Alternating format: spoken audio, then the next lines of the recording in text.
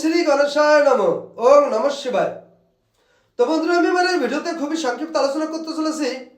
আমরা আমাদের মানব জীবনে বাচ্চা থেকে বৃদ্ধ, নারী পুরুষ, অবশেষে সকল প্রকার মানুষ আমরা অনেক সময় নানা রকম কুনজর দোষে পড়ে থাকি এবং কুনজর দোষে দুষ্ট হয়ে থাকি।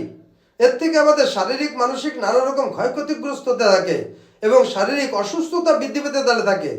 এর থেকে আমরা সম্পূর্ণরূপে পরিত্রাণ পেতে আমি আমার এই ভিডিওতে খুবই শক্তিশালী এবং পাওয়ারফুল একটি টোটকার কথা আলোচনা করতে চলেছি।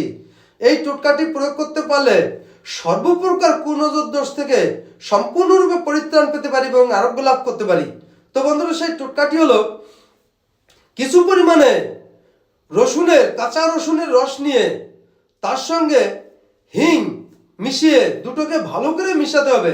এরপর ওই নজরদোষ বা কুনজরদোষ ব্যক্তিকে ঘ্রাণ শুকতে দিতে হবে এবং জোরে জোরে ঘ্রাণ টানতে হবে।